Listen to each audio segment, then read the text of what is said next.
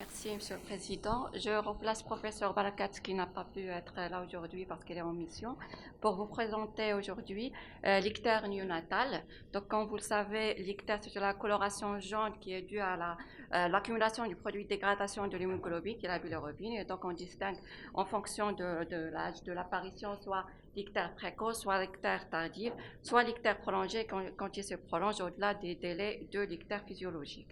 Alors là, je vous mets un schéma de la règle de Cramer qui montre cette progression descendante de l'ictère qui débute au niveau de la région céphalique vers les extrémités où on a les valeurs extrêmes.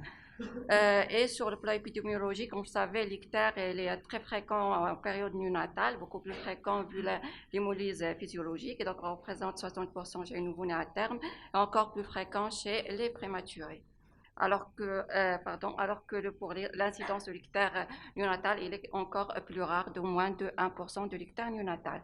Alors pour la formation de la bilirubine, comme vous le savez, c'est dû à l'accumulation de produits de dégradation de l'hème qui provient de 75% de la dégradation de l'hémoglobine des érythrocytes circulantes pour nous donner la bilirubine non conjuguée, qui va par la suite être fixée par l'albumine pour passer au foie où il sera conjugué, pour nous donner la bilirubine conjuguée, il sera par la suite éliminé. Alors, il faut savoir que devant tout hectare, il faut absolument chercher les facteurs de majoration du risque d'hyperbilirubinémie, que sont en particulier la prématurité et surtout les pathologies maternelles, en particulier l'immunisation maternelle et le diabète maternel, et bien sûr certaines pathologies néonatales, en particulier l'asphyxie, l'infection, sans oublier les antécédents d'hémolyse constitutionnelle.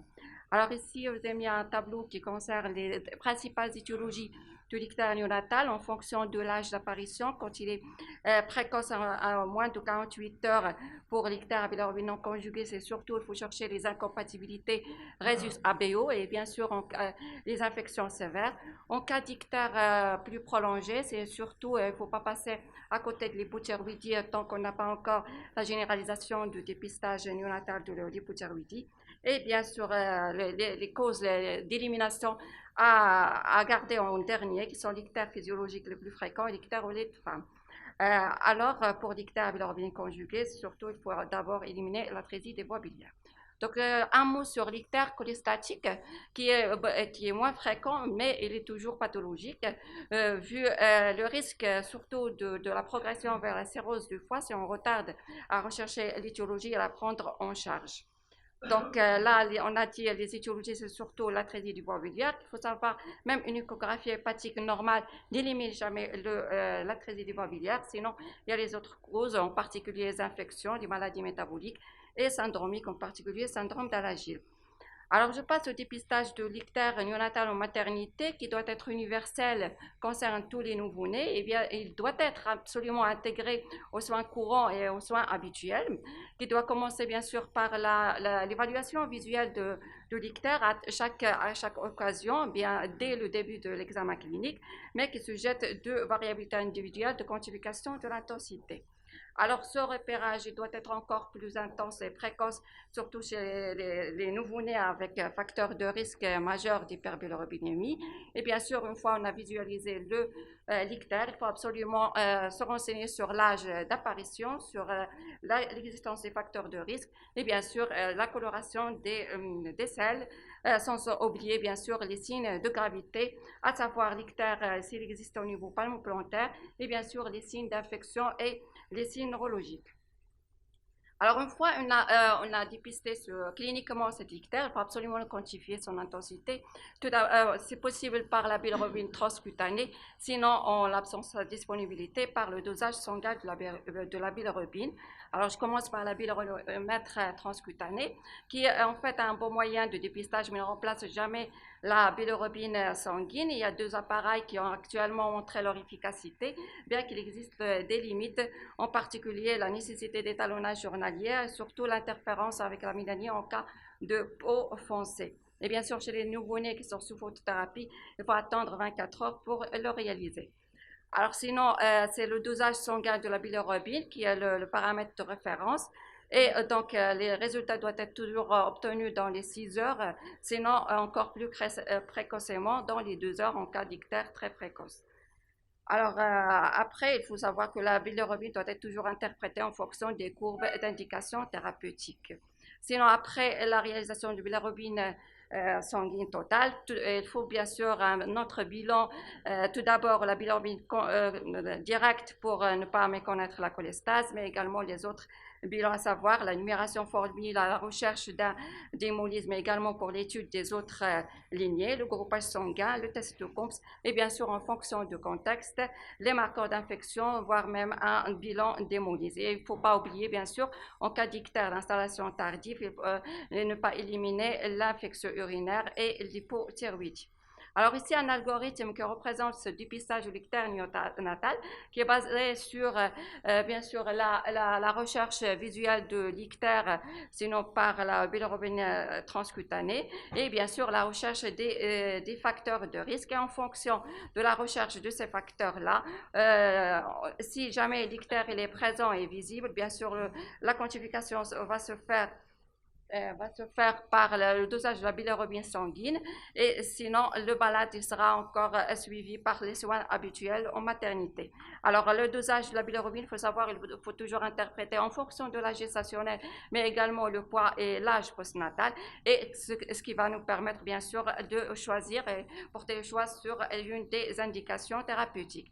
Si jamais on a déjà un malade qui est déjà des signes d'encéphalopathie, alors là, l'indication d'emblée à l'exsanguino-transfusion. Et bien sûr, si l'ictère est encore plus précoce, alors le dosage doit être obtenu de la bilirubine dans les 6 heures, dans les 2 heures, pardon, et après, il y a la continuation de la surveillance de la bilirubine pour voir l'indication thérapeutique. Alors ici, un deuxième algorithme qui représente cette exploration du licteur néonatal en fonction de l'âge d'apparition. Et bien sûr, donc, après avoir recherché les facteurs de risque, une fois on a la présence d'un ictère, bien sûr, si jamais l'ictère il est apparu dans les 24 heures de vie, bien sûr, il faut éliminer tout d'abord les incompatibilités dans les groupes ABO-Rhésus. Donc, il faut se renseigner sur le groupage de la mère et la RAI, et bien sûr, le dosage de la bilirubine. Après, demander le groupage ABO, Rhésus, le test de Combs direct, et bien sûr en fonction de reste du contexte, ionogramme, le bilan hépatique dans le cadre de suspicion d'une maladie métabolique, l'albumine, l'hémoculture dans le cadre de signes d'infection sévère, et les sérologies d'embryo-fétopathie, et bien sûr un bilan hépatique, un bilan métabolique. Si l'ictère est apparu après 24 heures de vie, alors là, bien sûr, il faut toujours se renseigner sur le coupage de la mère avec la recherche d'agglutinine régulier, et bien sûr, en fonction du contexte, on va demander le reste du bilan. Par contre, si l'ictère est apparu encore plus tardivement après l'âge de 14 ans, 14 jours, alors là, c'est toujours l'évaluation de la bilirubine totale directe et indirecte, et bien sûr, il faut mieux chercher surtout les embryophétopathies, un bilan métabolique, un bilan hémolytique, sans aussi oublier le CBE et le bilan bien sûr de l'hypothyroïdie. Alors, en fonction de ce bilan, donc on va retenir un des diagnostics. Si jamais on est devant un ictère qui est cholestatique, bien sûr, il faut faire un bilan hépatique en urgence et transférer le malade en chirurgie pédiatrique. Si l'ictère n'est pas cholestatique, à ce moment-là, on va interpréter le dosage de la bilirubine en fonction des courbes, et bien sûr, cela va nous porter le choix soit sur la photothérapie, soit à l'exsanguino-transfusion. Alors, je dis un mot sur l'ictère nucléaire. Dans les mécanismes de la neurotoxicité encore pas mal élucidés, à part cette atteinte des noyaux gris centraux, et puisque tous les nouveau-nés ne sont pas égaux à ce risque, vu l'implication d'autres facteurs de vulnérabilité. Bien sûr, cliniquement, ça se manifeste tout d'abord par les signes des troubles majeurs de tonus allant jusqu'à l'opisthotonus. Et après, il y a installation, si on n'a pas de prise en charge rapide, il y a les séquelles qui peuvent être définitives, qui peuvent être soit sensorielles, soit moteur ou les deux, entraînant un handicap à vie. Alors, la décision thérapeutique doit intégrer pas seulement la valeur de la bilirubine transcutanée totale, mais également associée à l'âge gestationnel, l'âge postnatal et bien sûr la présence des facteurs de risque majeurs de neurotoxicité. Et bien sûr, si on est déjà devant des signes d'encéphalopathie ou même des convulsions, alors là, l'indication à l'exsanguinotransfusion d'emblée. Alors, je dirais un mot sur l'allaitement et l'ictère, puisque l'allaitement elle-même permet de favoriser la conjugaison hépatique, mais également limiter et lutter contre le cycle entérohépatique du foie. Et donc, il doit être toujours maintenu. Et même en cas de déshydratation ou ictère sévère, il faut absolument la supplémenter par un supplément lacté.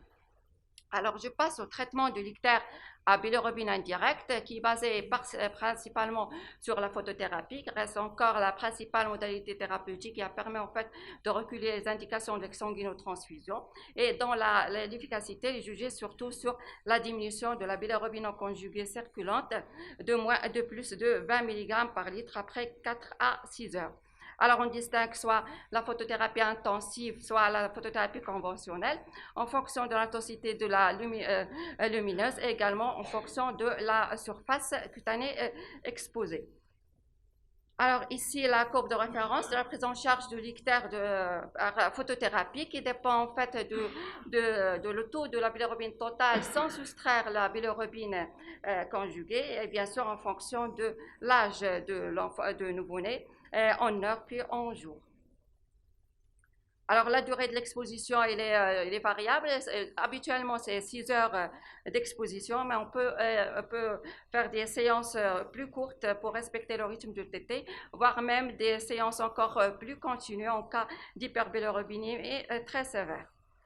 Alors, bien sûr, il ne faut pas oublier en cas de photothérapie les mesures associées afin de limiter les risques et bien sûr les complications de la photothérapie, en particulier la protection des yeux et surtout la surveillance de l'état d'hydratation qui parfois nécessite une supplémentation liquidienne mais qui ne doit pas être systématique.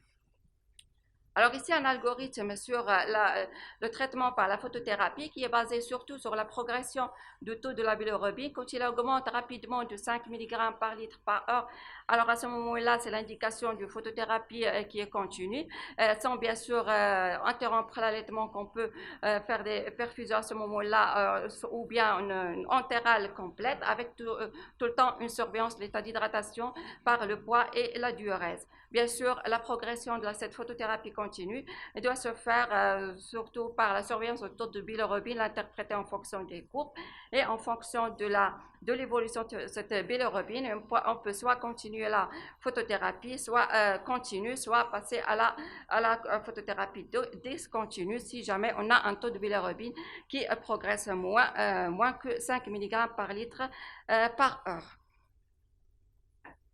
Alors, un mot sur l'exsanguinotransfusion, qui est une thérapeutique transfusionnelle qui impose toujours une anticipation. Les indications ils sont de moins en moins fréquentes, mais ils gardent toujours une place, surtout en cas de progression de la bilirubine sous une photothérapie continue bien conduite et bien sûr en cas de présence déjà d'une signe d'encéphalopathie due à l'hyperbilirubinie majeure par un ictère nucléaire. Alors là, un algorithme de prise en charge de l'ictère par l'exsanguinotransfusion qui, avant sa préparation, au cours de sa préparation, on peut continuer une photothérapie continue, voire même l'associer à des perfusions d'immunoglobulines. Et bien sûr, si on n'a pas de baisse de la bilirubine, à ce moment-là, l'indication de l'exsanguinotransfusion et après, il sera suivi par prolonger la photothérapie qui doit être continue et bien sûr, un dosage de la bilirubine qui doit être réalisé 2 heures après l'exsanguinotransfusion et en fonction de ce résultat, soit on continue la photothérapie, soit on retourne, si jamais on a une baisse, on retourne aux algorithmes de la prise en charge initiale de l'ictère. Alors, je passe aux autres thérapeutiques adjuvantes de l'ictère, qui est tout d'abord les immunoglobulines à la dose de 0,5 g par kilo par voie intraveineuse et elles peuvent être indiquées en cas d'hyperbilirubinie, surtout en cas d'immunisation. Mais cependant, jusqu'à maintenant, les incompatibilités phytomatérielles ne font pas partie des indications des immunoglobulines actuellement retenues. La deuxième thérapeutique, c'est surtout l'albuline, à la dose de 1 à 2 grammes par kilo, dont les indications surtout en cas d'hypotrophie ou une prématurité, mais surtout en cas de nouveau-né chez qui on a une polymédication qui peut interférer avec la liaison bilirubine-albumine. Alors, ici, un tableau qui montre cette prévention du ictère par incompatibilité résus, qui est basé tout d'abord à réaliser en cas de grossesse un groupage, mais également en cas de risque de femme résus négative avec un risque d'immunisation par un fœtus résus positif à l'injection des anticorps anti-D dans les 72 heures après l'accouchement. Bien sûr, à la sortie de la maternité, toujours le problème du pédiatre, c'est l'évolution de l'ictère, surtout physiologique, qui est la première cause de hospitalisation. Et donc, la sortie de la maternité doit être toujours basée sur les données de la surveillance clinique, qui est basée surtout sur la bilirubine à la sortie, mais également sur les caractéristiques de l'enfant, à savoir l'âge gestationnel, les facteurs cliniques de risque d'hyperbilirubinémie, l'âge postnatal. Et bien sûr, il faut toujours informer les parents avant la sortie de l'enfant sur l'ictère et bien sûr les encourager à soutenir et maintenir l'allaitement. Alors pour terminer, je vais montrer ici un dupliant qui regroupe ces différents algorithmes de la prise en charge de l'ictère néonatal. Tout d'abord le dépistage, l'exploration de l'ictère en fonction de l'âge, le traitement de la photothérapie et bien sûr les courbes de référence et la prévention de l'ictère.